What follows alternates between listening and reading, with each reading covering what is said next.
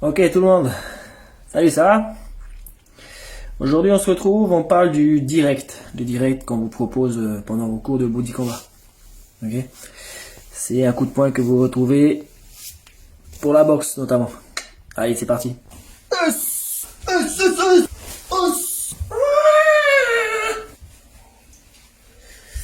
Euh, alors le direct, on se met en garde de boxe. Donc on l'a vu la dernière fois, les pieds larges, côté et arrière. Talon arrière décollé du sol.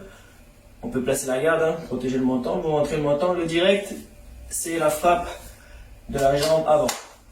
Ok, jambe avant, bras avant, on frappe et ça fait directo. Tiche, tiche, tiche. Vous voyez là? Vous frappez droit devant vous. Bon, le but c'est de viser le visage. Hein. Le visage, le nez, le menton, les parties sensibles. Donc c'est ce que vous imaginez.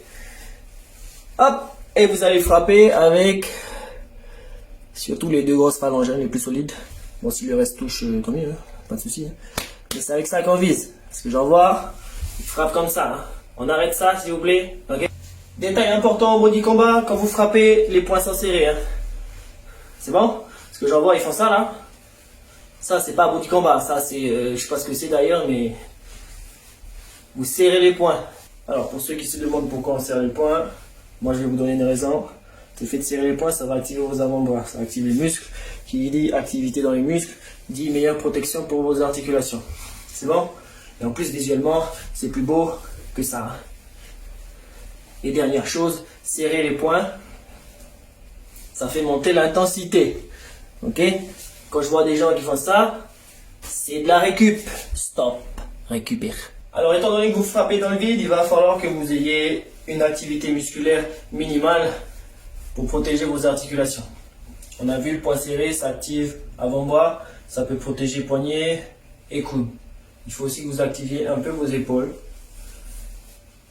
que vous contrôliez chacun de vos coups. C'est bon? Ne faites pas des coups secs comme ça là, où les muscles sont relâchés. C'est pas bon pour vos articulations. Si on se concentre sur le direct, alors c'est frappe avant. Donc si on est en garde ici, garde droite. Donc frappe avant, frappe du bras avant, et donc c'est la jambe avant qui bouge. Ok, frappe avant, c'est une frappe légère, rapide, vous visez le menton de l'adversaire. Deux choses que vous pouvez travailler pour mettre plus de force dans votre cou, et donc brûler plus d'énergie, c'est mettre de la rotation au niveau de votre corps. Donc la rotation, elle peut partir du sol, hein. Jambe avant là, je pivote la jambe avant, j'écrase le sol, ça pivote au niveau du genou, de la hanche, l'épaule s'avance. Et là, ce mouvement de rotation va vous permettre d'avoir plus de force. En plus, vous avancez l'épaule et vous allongez davantage. Vous pouvez atteindre une cible plus éloignée que si vous êtes là. Ok, là l'épaule ne bouge pas. Là, ça c'est de la récup. Ouais, on arrête de faire ça et on bouge. On bouge l'épaule. De plus, allongez votre bras. Si vous vous arrêtez là, c'est au moins 4 fois moins intense. Donc on allonge les bras. Donc on a vu mettre de la rotation, centre du corps, hanche, épaule, pour mettre plus de force dans le cou. Ce qui peut vous aider à mettre plus de force encore, c'est le fait de transférer le poids du corps sur la jambe avant. Vous frappez direct et vous sentez l'appui sur la jambe avant, comme si on écrasait le pied au sol. Si vous frappez indirect et que vous transférez le poids du corps sur la jambe arrière, comme ce que je fais là, il y a moins de force dans le cou. Mettez le poids du corps vers l'avant. Vers l'avant. C'est un petit point technique, hein, c'est juste pour monter l'intensité. Ça peut vous aider à brûler plus de calories. Dernière chose pour chacune de vos frappes, essayez, vous frappez, vous ramenez en garde. Vous frappez, vous ramenez en garde. Parce qu'il y en a, je vois, ils font ça. Ça, non? Ça. Arrête de faire ça maintenant. Ramène en garde. Quand je vous dis lever la garde, elle est là. Si vous levez la garde là, il y a du chemin encore.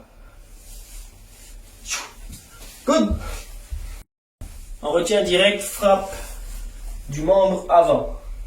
Le membre arrière, donc celui de la jambe arrière, bras arrière, c'est le croisé. si vous êtes en boxe. Donc direct, frappe avant.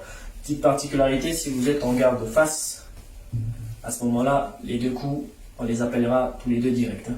C'est pas direct croisé là, c'est direct. Good. Ce qui va vous permettre de mettre de la puissance, ça va être essentiellement la rotation. Donc, pensez à cette rotation. C'est intéressant hein, la rotation, parce qu'en plus ça va stimuler vos abdominaux. On serre les abdos, ça stabilise un peu le bassin. Campiote. Donc petit entraînement pour vous, mettre en place ce que vous venez de voir. Si vous êtes en garde avant là, chambre droite devant, essayez de travailler cette rotation, essayez de travailler le transfert du poids de corps sur la jambe avant. À chaque fois vous frappez, puis vous revenez en arrière. Frappe, arrière, frappe, arrière. Ça c'est quand vous avez le temps. Si vous n'avez pas le temps, vous ne le faites pas. Okay. Ici, vous pouvez le faire en déplacement. Essayez d'être léger sur vos pas, puis frappez. Travaillez ça, il faut que vous soyez à l'aise sur tout ça là. Rotation, transfert, point serré, on vise la tête. Good. Allez, je pense que ça suffit pour aujourd'hui. Vous essayez ça, n'hésitez pas à me faire vos retours. C'était le direct. À bientôt.